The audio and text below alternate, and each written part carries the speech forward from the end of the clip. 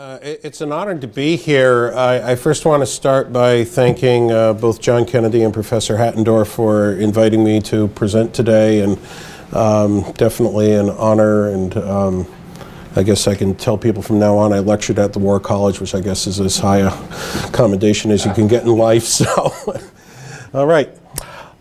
This, of course, is Fort Adams.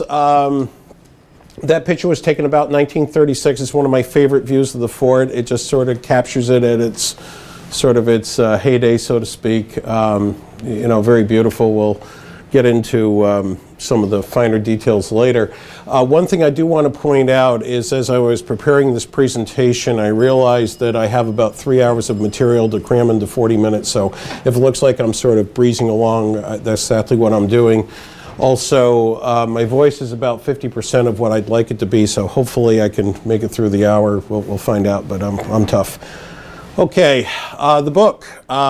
That's me and my co-author. It's okay to laugh. That photo is intended to be somewhat comical. It's a parody of the famous American Gothic painting, and for some reason something seized me. I say, why don't I get a musket with a bayonet, and they'll take the place of the pitchfork, and she can have that blank stare on her face. So it worked out well. I'll talk about my co-author. She couldn't be here today. She actually has a full-time job as a parochial school teacher.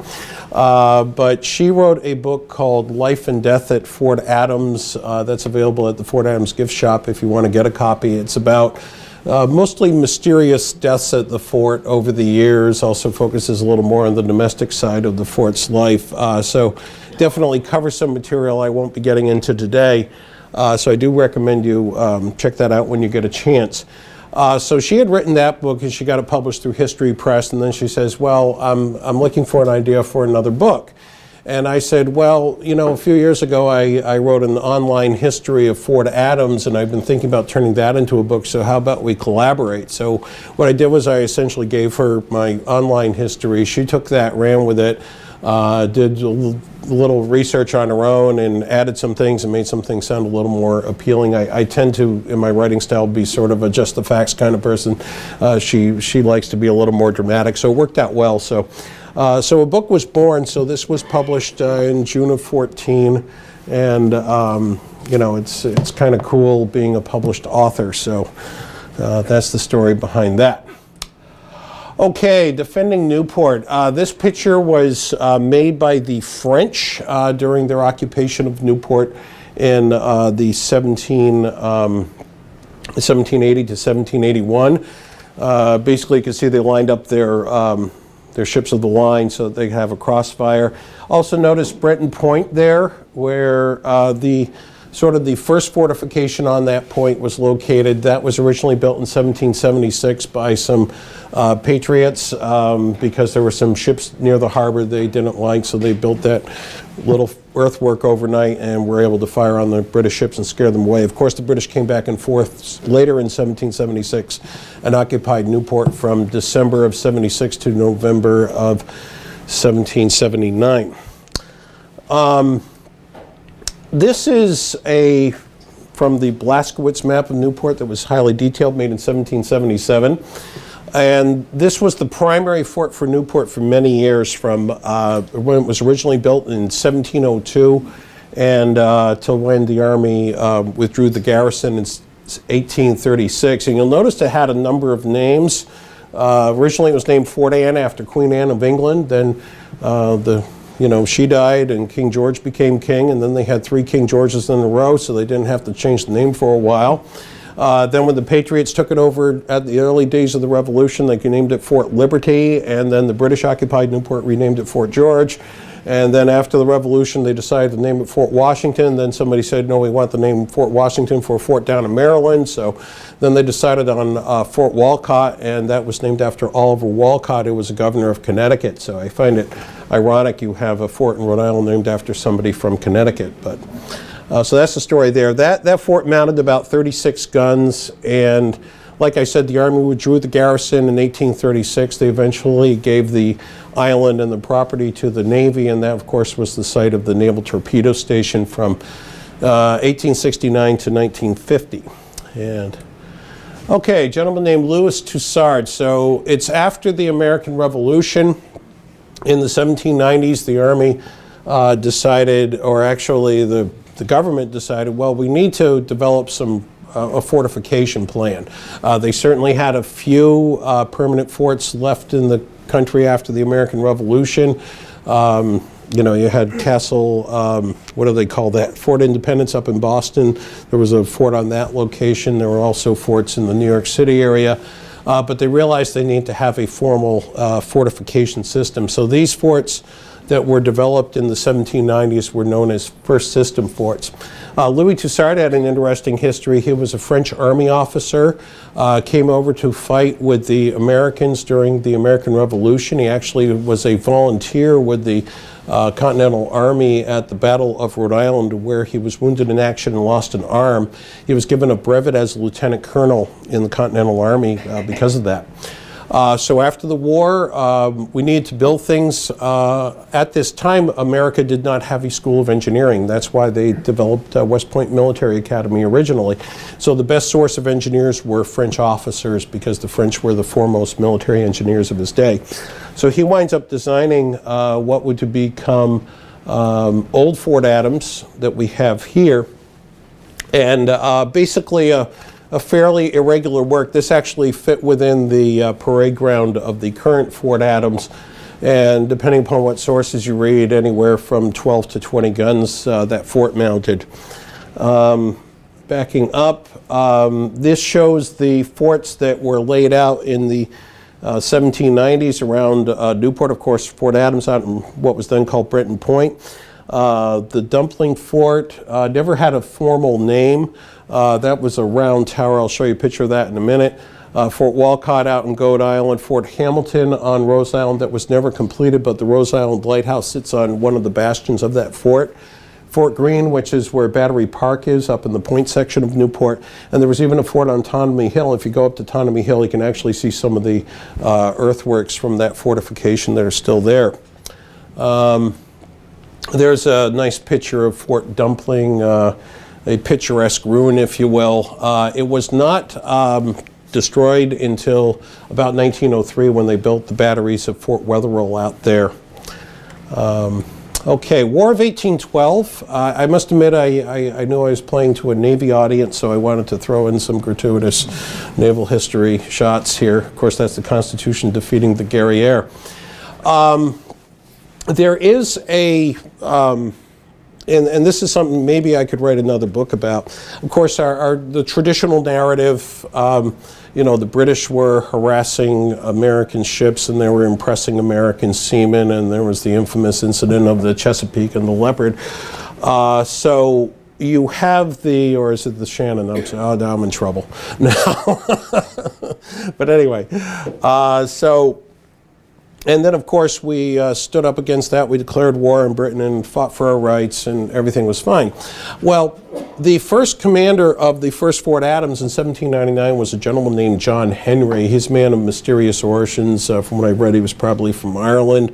Somehow he obtained a commission in the U.S. Army. Resigned from the Army in 1802, went up to Vermont for a while, and for some reason wound up in correspondence with the British Governor General in Canada. And the correspondence was along the lines of, gee, there's a lot of people here in New England that don't really like the government in Philadelphia, and maybe, you know, there might be some kind of a revolution to reunite New England with the mother country, and, you know, things of this nature, the sort of stuff that, you know, you wouldn't want to let get out. So what happened was that and of course Henry apparently was an opportunist, and he was thinking, well, if there's a revolution, I can help lead it and I'll be richly rewarded. Well, apparently the British weren't too keen on following through on this plan, and then, you know, Henry's like, oh darn, I just got all this incriminating correspondence and no money. And then he meets this mysterious Frenchman named Baron de Crillon, and Baron de Crillon says, hey, guess what you can do?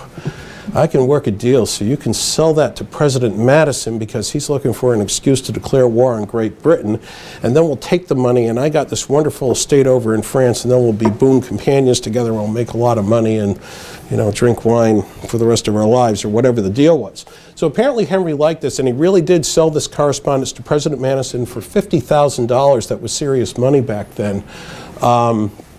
And then he gets on the sloop USS Wasp, sails to France, tries to link up with Baron de Crillon, and Baron de Crillon has mysteriously disappeared. Now, one of the theories behind this is maybe de Crillon was actually working for Napoleon, because just imagine, it's 1812, Napoleon's about to invade Russia. He probably wants the British Navy distracted. What better way to distract the British Navy than to have war over in the Americas, right? So this is only a theory, but there might be a book in it. So, okay, third system fort. So after the War of 1812, the United States realizes that it needs bigger and better forts. This is a picture of Fort Monroe in Virginia. That is the largest fortification in the United States.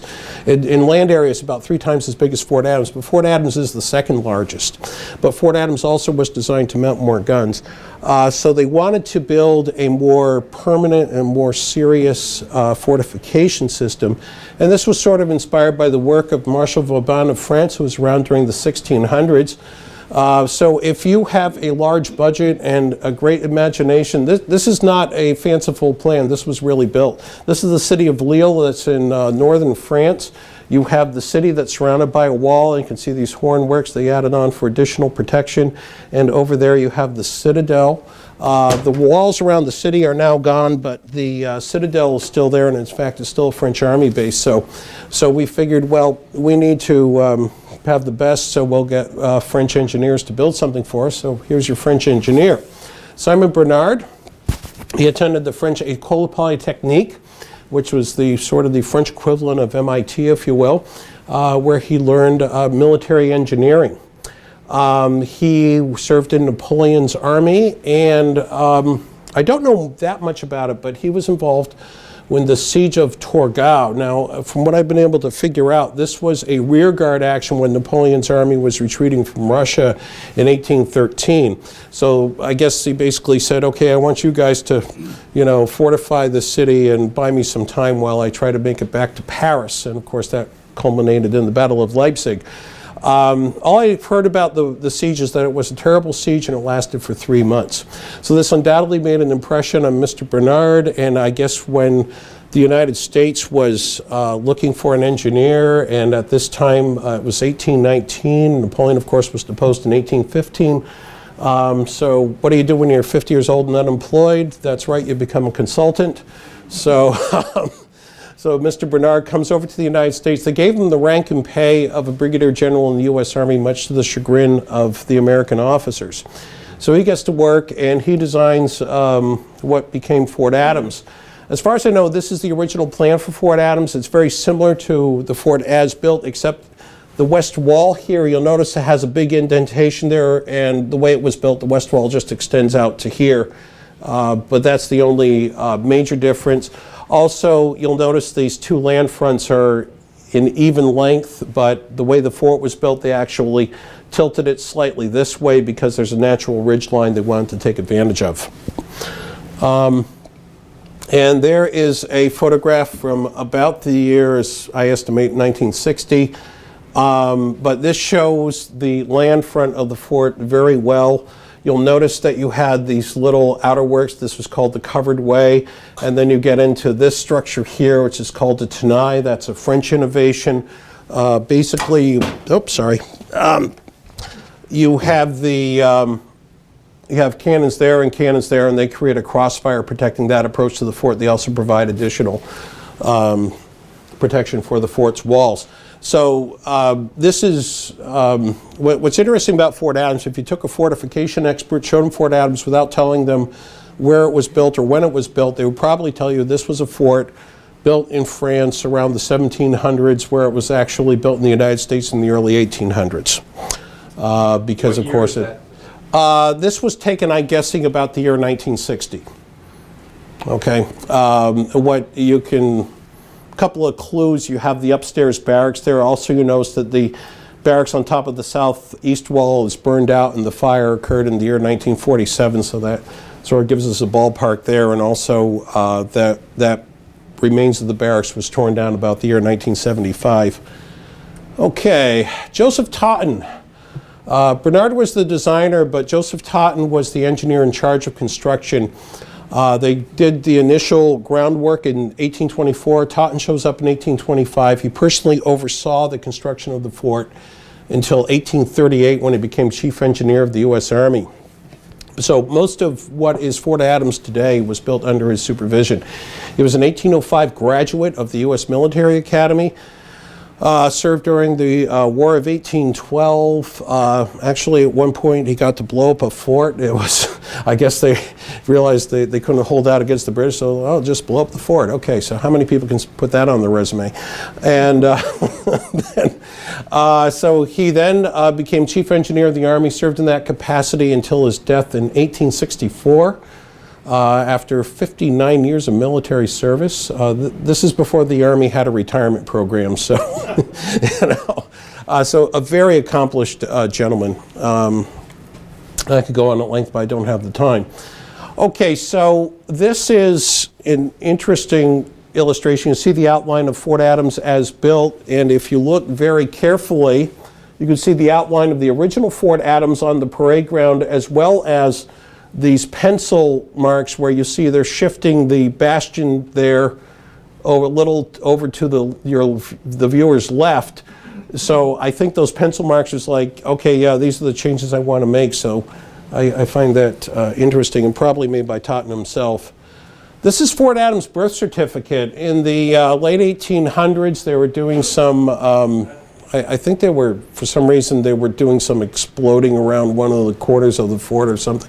But anyway, this piece of paper popped out. Oh, thank you. Appreciate that. And what this is it basically indicates that the first stone of the fort was laid on, I think it's May 11th, 1825, and lists Joseph Totten and some of the other engineers that were with him, and also mentions the President of the United States was John Quincy Adams, and the Vice President and the Secretary of War, things of that nature. So a very historic document, and it's now in the National Archives where it should be. Okay, construction of the fort. This is a plan of the fort. I'm trying to get the date on that. Looks like 1833. So every year as the fort was being built, they drew one of these diagrams. I have not seen the original, but from what I understand, they're about as big as this TV screen here. So they're very detailed states of the works. In this case, they had completed the roof over the southeast bastion, but they hadn't completed the roofs over the other fronts of the fort, and they were still working on some of the outer works here. So definitely making a lot of progress. A couple things to point out. These circular objects, those are called mortar mills, where they would actually have a mule with sort of a plow that would be going around where they had the mortar to keep the mortar mixed. That's what they did before they had cement mixers. And this building here is actually the original barracks from the first Fort Adams that they kept as I think a barracks for the workers at the fort. Okay, speaking of workers, you needed a labor force, and obviously, and as today, economy matters, so they wanted people to work hard and cheap, and they found them in Ireland. This is actually a picture from one of the information boards of the fort, and I had a little girl who looked at this picture and she said, "Why do they look so angry and miserable?" And probably because they are. Work back then was more about survival than it was about prosperity or fulfilling your destiny or having a good time or whatever it is. So it was basically the deal was 10 to 12 hours a day, 6 days a week. And if you didn't like your job, there would be somebody waiting to take it for you. So I read one thing where one of the engineers of the fort, and this is from the 1850s, somebody criticized him and said, "You're paying your workers only 50 cents a day." And he says, "No, I'm paying them 75 cents a day, and don't you forget it." So things were a little different back then. Also, this is a copy of a newspaper ad where they're requesting 1 million bricks for the fort. Okay, nice aerial view of the fort as completed. I gotta keep rolling here. Okay, fort has a redoubt, a mini-me. This is located about a quarter mile south of the main fort. And basically it's a miniature Fort Adams. Here's an aerial view. You have the central portion here, you have a little ditch around it there. Then you have a bigger outer work, and then you have another ditch here. There are casemated cannons of what are called flank howitzers in the lower levels here that cover these ditches with gunfire. So basically that's fort's job, is to keep the enemy busy for a week or two while they shore up the defenses in the main fort. Okay, armament. The fort was intended to mount, give me a break here, I'll just have some water. The fort was intended to mount 464 guns. In reality, they only had about 200 guns, but even at that, it was the most powerfully armed fort in the country. The major calibers, they had 32 pounders, 24 pounders, and what were called 24 pounder flank howitzers. Apparently, they originally used carronades for this job. The Army came out with its own flank howitzer in 1844, but this is apparently based on a drawing from Fort Adams from 1835, and so maybe the Navy had some surplus carronades.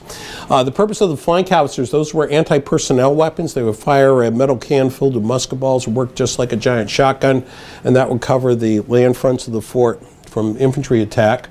This is a cannon mounted en barbette on top of the fort, and so that would be fairly typical anywhere from the 1830s up through maybe the 1870s or so. Okay, in the pre-Civil War era, the fort was mostly complete. By 1841, it became garrisoned.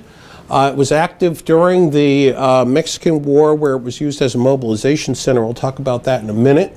There we go. Franklin Pierce, he was not formally assigned to the fort, but he was at the fort for about 5 days. He got commissioned in the Army as a brigadier general, was at Fort Adams for a few days, and then went down to Mexico. Of course, later became president. His brother, Benjamin K. Pierce, was the commanding officer of the fort during the Mexican War. Apparently, Benjamin was suffering from some type of illness because he died at the fort, and also he was in command of the fort, but there wasn't any garrison to speak of, so I think it was what I would call a convalescent assignment.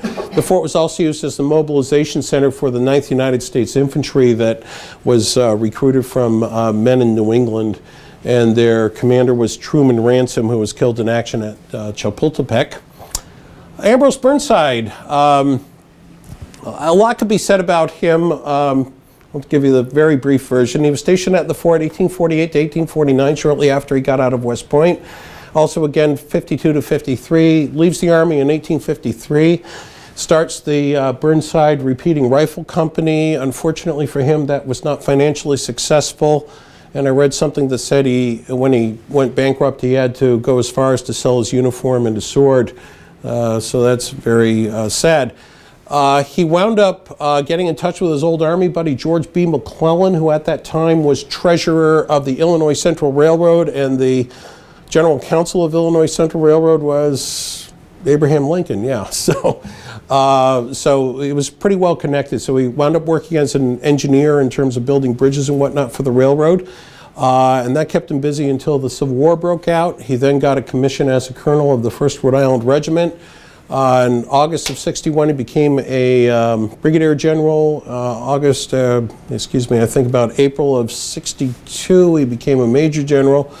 And again, without getting into details, he rose a little too fast for his own good, and eventually was placed on waiting orders. General Grant told him to go home and wait for further orders that never came.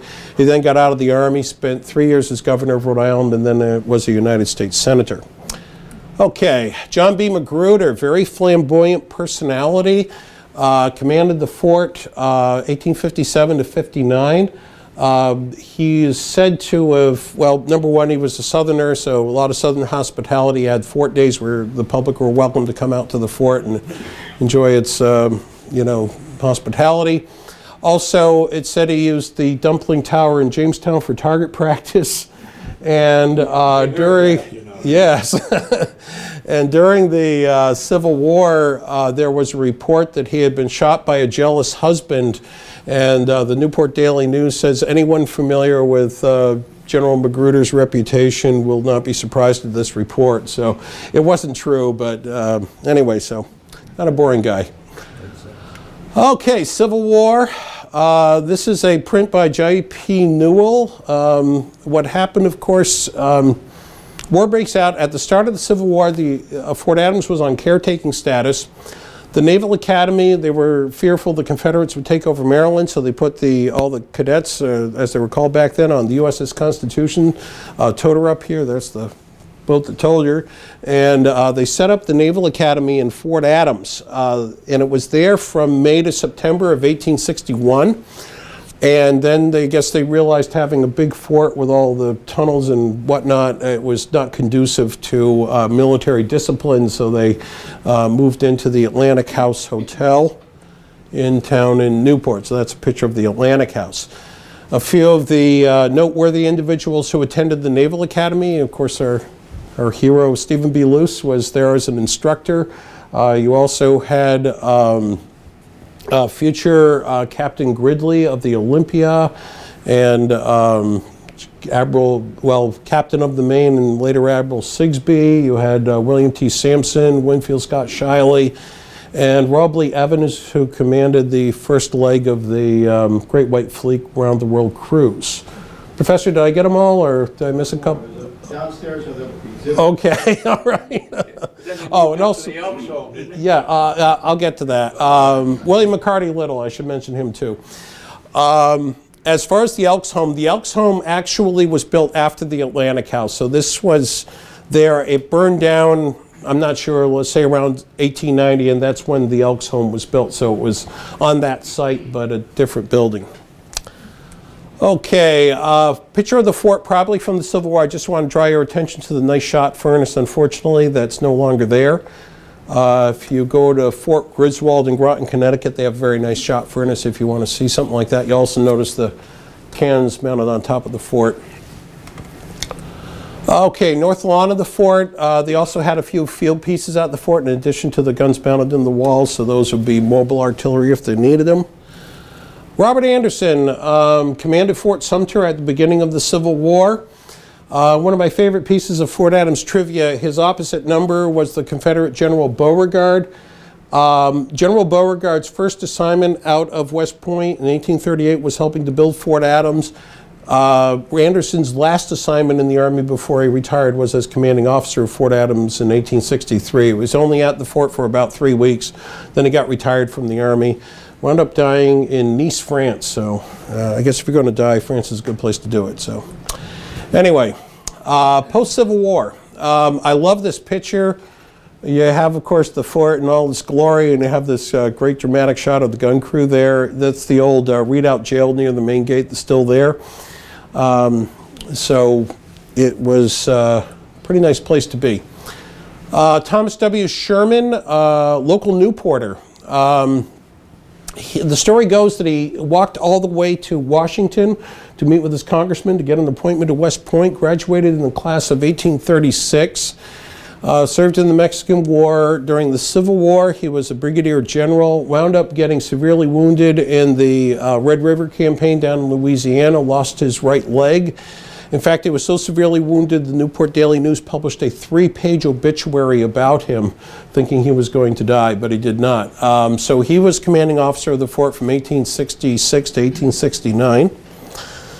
And this is a 15-inch Rodman. These were really big.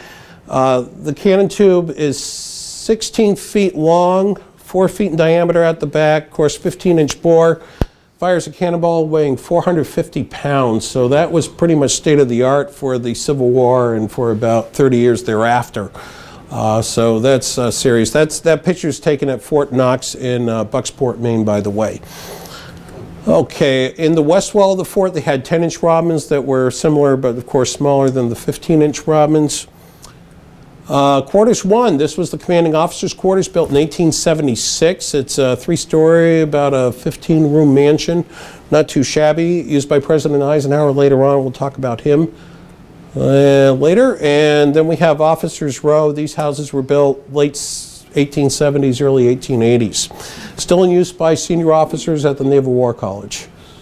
I'm going to guess there's a couple of people in this room who actually lived in some of these quarters? Yes? Okay, all right. All right. Ida Lewis, not directly related to the fort, but she was a lighthouse keeper in Newport Harbor for many years. She rescued 18 people from the water during her 40 years of manning the lighthouse. She received the Congressional Gold Life-Saving Medal that's actually rarer than the Medal of Honor. And a number of her best customers were soldiers from Fort Adams. Apparently the soldiers had no trouble getting into Newport from Fort Adams by boat, but for some reason coming back from Newport they were more likely to fall out of the boat. So one of these days I'll figure out why.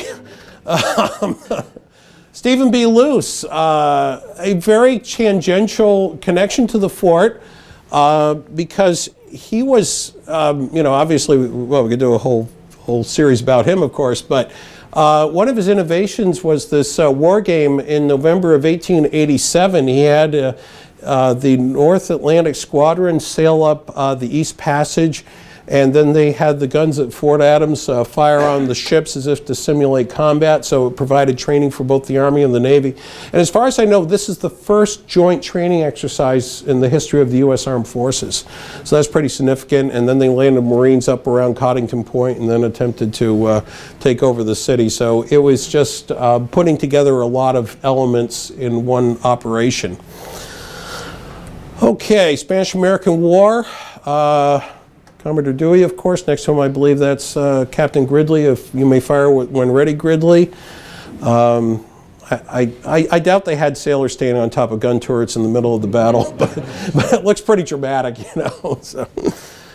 All right. Actually, I should mention what the fort was during the Spanish War. The short answer is not much. There was a regiment from the New York National Guard that got mobilized, sent to Fort Adams, but they were never deployed overseas. Also, the Newport Artillery Company went out to the fort for about a week to receive training on the 15-inch Robin guns, just in case they were needed. And then we get into what's called the Endicott period of fortifications. These were more modern guns because in roughly the 30 years since the Civil War, technology had come a long way. So instead of having the iron cannons, you had breech-loading rifles. So this looks like a 10-inch rifle, very powerful weapon, probably has a range of about 15 miles. It's on a disappearing carriage, so it's in the firing position, of course, and when it would fire, it would actually recoil on its carriage to reloading position, get reloaded, pop it back up, and fire again. And this is a 12-inch mortar. These were the first modern artillery pieces installed at the fort, 1898. I'm not sure if it was in time for the Spanish-American War or not, but right about that time. Oddly enough, some of these were actually made at the Builders Iron Foundry in Providence. A few people realized they had a cannon factory there for at least a little while. 3-inch mine defense guns. A lot of forts had these because they would have minefields and they didn't want the enemy having minesweepers taking out their mines, so they had these small guns to take care of small craft like that. This is an 8-inch breech-loading rifle. This was sort of a stopgap measure during the Spanish-American War. Apparently they had the tubes, but they didn't have the emplacement, so this has a more modern carriage, but during the Spanish-American War they put them on a 15-inch Rodman carriage. I guess the guns weighed about the same weight, 25 tons by the way. They had one installed at Fort Adams during the Spanish-American War. Okay, so this is the old barracks. Basically, the soldiers lived on the lower levels of the fort. Very cold and damp during the winter because, of course, it's a stone fort. The Army identified this. I read a report from, I think it was 1845, that identified that the quarters for the soldiers were very cold and damp and not very healthy, but it took the Army until about the year 1900 to do something about it. So so that's when they built the upstairs barracks. So the sleeping quarters were upstairs. They were a lot warmer and drier. They had a central heating system by then with radiators. The downstairs they converted into latrines, mess halls, and kitchens. That's the upstairs with the beds, so very communal lifestyle for the soldiers. This is one of the mess halls set up for Christmas dinner in 1911. And that's the kitchen. I just love this chef here with the knife, Great picture. Okay, domestic life. Yes, there were women and children at the fort. Bear in mind that the officers and the NCOs were usually married, so they lived at the fort with their wives and their children. So there was definitely, a softer side to Fort Adams. That's something that we should not forget. There's, women and children on the home front. It's more people in the military than just the service members. Children, this is the Hamill family. That guy looks happy, this guy doesn't, but that's all right. I'm pleased to say I actually gave a tour to, I think there was 2 of the boys and 1 of the girls on my tour one day, and they were talking about all the mischief they got into in the fort. We're all adults here, so I'll tell you this one. They overheard their father, who was a sergeant at the fort, that they were going to be showing Mickey Mouse films. And so the boys were like, oh, wow, that's great. I like Mickey Mouse. So they snuck into the theater to watch the films. Problem was, Mickey Mouse films was a euphemism for films about the hazards of venereal disease. And, and apparently the boys made a loud exclamation, and then they got a thrashing from their father. So that's the story there. I was looking for a photograph about World War I. I found this. This is just so cool. You know, maybe it should glorify war. I'm guessing this is probably right after the armistice. This sign is actually in German, but they're wearing American rank insignia, so I guess they're just celebrating the end of the war, so it's kind of neat. Okay, so in World War I, you had Fort Adams, Fort Wetherill, Kearney, Getty, Grebel. All these forts are the more modern Endicott period forts. Fort Wetherill had 4 12-inch guns. Getty had 3 12-inch guns. Grebel had 3 10-inch guns and some 12-inch mortars. Kearney had some 6-inch guns. But the point is, definitely a lot more modern artillery. And Fort Adams really wasn't the primary defending fort for Newport Harbor anymore, because the gun arcs were shooting out this way, and so the other forts would be providing the bulk of the firepower. You notice over here on Satchwas Point, what they did was they took 2 cannons from Fort Adams, put them out there just in case the Germans might want to land on Second Beach or something like that. And one of those cannons is now in Equality Park in Newport on Broadway, the old cannon there. It's a 4.7-inch Armstrong rifle. Its mate, by the way, is at Fort Moultrie in South Carolina. Okay, not going to get into that. I should mention the 1st Provisional Artillery Brigade. Basically, the Army realized they needed heavy artillery in France. Of course, the Army didn't have heavy field artillery, so they got into railroad artillery where you'd have a 10-inch gun, or they even took the 12-inch mortars and put them on railroad carriages. So they organized a brigade of 3 regiments, bearing in mind each regiment had about 1,000 men, so you had 3,000 men being organized and trained here. Late 1917, and then in early 18, they went over to France. Okay, where was I? All right. An innovation, yeah. For fear the Germans might send over their Zeppelins, they realized, how are we going to shoot them down? So they had 3-inch anti-aircraft guns, and yes, those are mounted on Model T chassis. And that was the first mobile anti-aircraft artillery in the Army. Okay, interwar period, they had the 2nd Battalion of the 13th U.S. Infantry at the fort. Why the infantry at Fort Adams? Basically, the Army then, their idea was to have the Army more or less spread out, instead of today where usually they have big bases with a lot of troops at them. I think the fear was urban insurrection, so they would always have troops relatively near any population center.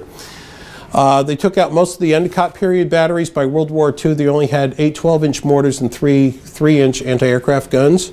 And Fort Adams served as the command post of the harbor defenses of Narragansett Bay, and also headquarters for the 10th Coast Artillery Regiment. Okay, baseball, yes, recreation at the fort. This is a rare picture of a baseball game in progress on the parade ground. Other activities were football and boxing. So basically a lot of activities to keep the soldiers occupied. This lady is Maudie Allen. She was hired as the fort's hostess. She was essentially what today we would call the MWR director. She ran the service club, and I guess the idea was to give the soldiers something a little more wholesome to do rather than going into Newport and getting into whatever kind of trouble they might get in there. When she died in 1956, her pallbearers were sergeants, retired sergeants from Fort Adams, and she's buried in the Fort Adams Cemetery, so quite an honor. Citizens Military Training Camps. This was a program around during the 1920s and 30s. It was basically to provide the Army with a nucleus of trained citizens. Typically a young man would volunteer to go to 1 month of training during the summer and get paid for it. That's why they took the training, I guess, to get the money. And the theory was in time of war they could call up these people with some degree of military training and you'd already be ahead of the game. Also, they had a commissioning program where if you completed 4 summer training camps, you'd be eligible for a commission in the reserves of the National Guard. This is in the southern part of the fort, relatively near where the fort cemetery is. That big building is where they had the classrooms, and these buildings, I believe, were the latrines and showers. Okay, World War II, some love for the Marine Corps. There you go, Bruce. All right. And, okay, in World War II, they built some more modern forts, Fort Church, Fort Greene, Fort Burnside.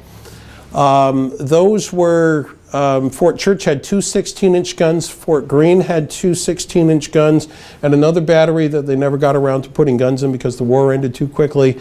Fort Burnside has a 6-inch gun battery out there. They were thinking of building a 16-inch battery, but didn't have to. And then, of course, you had the remnants of the older forts in the area as well, so pretty heavily defended. Okay, not going to get into that. Let's see. All right. Okay, so by late war, Fort Adams was being used as a training center. We had WACs in training here. There's a picture in the book of a group of WACs graduating from the training. You might have heard of Florence K. Murray from Newport. She was a state Supreme Court justice. She was also a lieutenant colonel in the Women's Army Corps during World War II. So a very distinguished person who was in the Women's Army Corps from Newport. By May of '45, there were only about 500 soldiers left in the defense of the Narragansett Bay. The other soldiers were deployed out to serve elsewhere in the war because that's where they were needed. I should have mentioned in 1940, that's when they mobilized the 243rd Regiment of Coast Artillery from the Rhode Island National Guard. And bear in mind, that was over a year before Pearl Harbor, so you know there was definitely concern we'd be getting into the war. And for what it's worth, the last guns at Fort Adams were 2 90mm anti-aircraft guns. They were mounted where the redoubt is. Okay, post-war, Fort Adams garrison was greatly reduced. That's another point here. The Coast Artillery Corps merged with the Field Artillery in 1950. Fort Adams was deactivated about 31 May 50. That's when the Army abolished the Coast Artillery Corps. And then, kind of coincidentally, the Korean War started in June 1950, and of course, they weren't thinking about coastal fortifications at that time. This is a picture from the retirement ceremony for Colonel Metzger, who was the last colonel in command of Fort Adams. That was September of '49, and that was sort of marked the end of the fort. The fort was then basically just getting ready for deactivation after that point. Okay, so after 1950, I'm running out of time, I apologize. I'll just breeze right through this. One thing I do want to point out is the commander of the naval station suggested that they tear down Fort Adams and use the stone for breakwater at the Navy base. President Eisenhower spent his summers at Fort Adams. Well, 57 he was here at the base, 58 and 60 he was living at Fort Adams. And in 1960, they brought over the brand new ballistic missile submarine Patrick Henry. They're firing just dummy charges there, not real missiles. But it's interesting, you see Fort Adams in the background here, and then you see the submarine. So this is strategic deterrence from the early 1800s, and this is strategic deterrence from the late 20th century. So it just shows you how much times have changed. Okay, the fort gets neglected, given to the state of Rhode Island. This is probably taken around the 1960s or 70s. And this is why certain parts of the fort are not open to the public. So, Fort Adams is declared a National Historic Landmark, became the site of the Jazz and Folk Festivals. And again, from 1980 to 95, the fort was allowed to decay. I should have mentioned the fort was open during the 70s. Restoration, 2 very important people. Senator Teresa Piva Weed from Newport. She's done a lot to bring funding to the Fort Adams over the years. Still working very hard for us. Colonel Frank Hale, he was the first actually acting executive director of Fort Adams Trust from 95 to about 2000 when Tony Palermo came on board. But he's a very key figure. If not for him, Fort Adams might not be doing what it's doing today. Some of the restoration, a 24-pounder mounted in a casemate, and this is an event casemate at the fort. And finally, the end. Okay.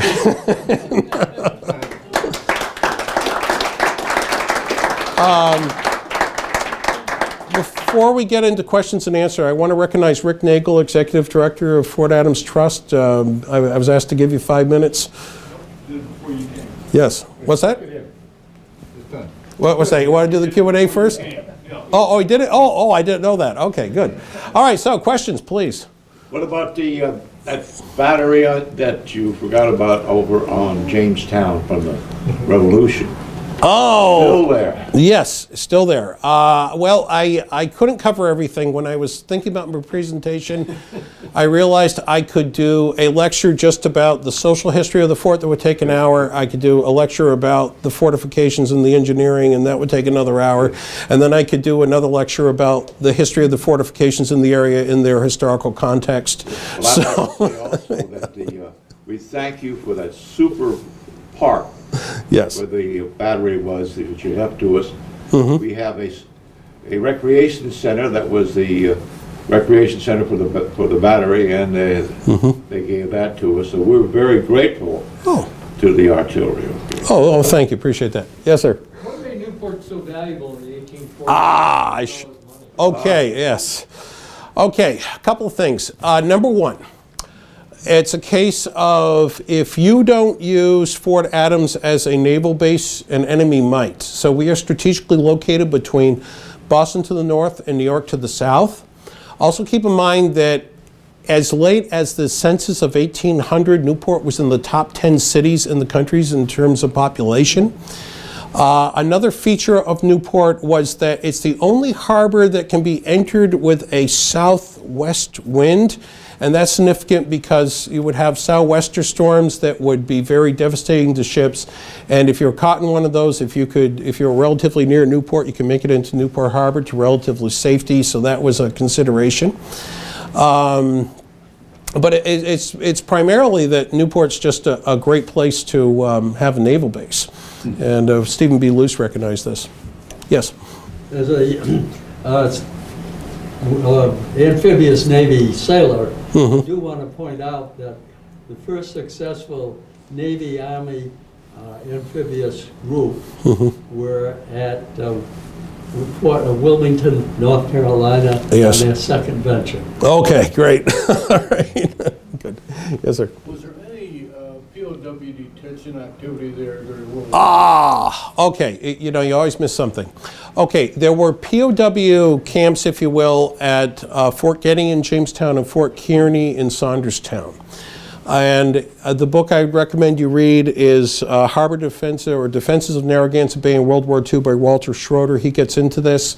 One of the interesting features is they actually had a school for the Germans who were considered, shall we say, less Nazified than others, on the theory that they would become leaders in post-war Germany, so they were getting lessons in democracy and government and things of that nature. So that's a very interesting dimension. I have heard it mentioned that they had Italian prisoners of war doing sort of fatigue details at Fort Adams during the war, so, but that's, definitely part of the history there. What about German subs during the two wars? German subs, yeah. The U-853. Do we still got the propellers in the backyard? Yes? Went on exhibit. Okay. Well, what's that? They just went on exhibit. Excellent. Okay. So anyway, so you had definitely U-boats were a major concern. More, of course, that was more of the Navy's concern than the Army's. But the U-853, basically it went down fighting on May 5th of 45. It sank a collier off of or cargo ship rather, off of Newport. It was tracked down by the USS Atherton and the USS Moberly, and they depth charged it and sank it. And so there was definitely some action around here. And one of the bodies of the sailors, one of the sailors on the submarine was recovered, and it's in the Island Cemetery Annex here in Newport. So, okay. Yes. Wait a minute, you better cancel me. Oh, it's all right. Okay. Anything else? I know that Yes. the Corps of, the Army had a fleet of boats tied up on the east side of the fort. And during World War II, And they were, I think, Army Transportation Corps. Why didn't you mention those? Again, I have a lot of material to cover. I should have mentioned that there was a minefield that was operated by the Army. They had the Army Mine Planter Service, and that was based out of Fort Wetherill, where you have the big gray storage building for the mines, and they would go out and plant mines in wartime, and they would be command detonated as necessary. Of course, never had to be used, but yes, sir. No, anybody else? Well, Yeah. they made the submarine nets at Melville, you know. Yes, that's all correct. over the world. Oh, yes. Yes, sir. Was there any real threat during the Civil War, John? During the Civil War, not much. The Confederates did not have, shall we say, an ocean-going navy. There was a ship called the Tucane that was a raiding ship that was operating off of New England, and so, of course, Fort Adams had the East Passage more than covered. They were concerned it might come up the Saconnet River, so they took the 20-pounder Parrott rifle the city owned, gave it to the Newport Artillery Company. They go out to Satchewist Point and waited for the Confederates to show up. The Confederate ship actually wound up in Portland Harbor in Maine. They captured a United States revenue cutter. They were beginning to make their escape. There was a couple of civilian ships in pursuit, and they realized they were going to be taken over, so they abandoned the Caleb Cushing, but they set fuses on the gunpowder on the ship and blew it up. And I know that because my great-great-grandfather was part of the pursuers and wrote about it in his diary. So, and then the Newport Artillery, after the ship got blown up, they just declared a victory and went home and had a beer, I guess. But anyway, anything else? Okay, guess that's it. Thank you very much.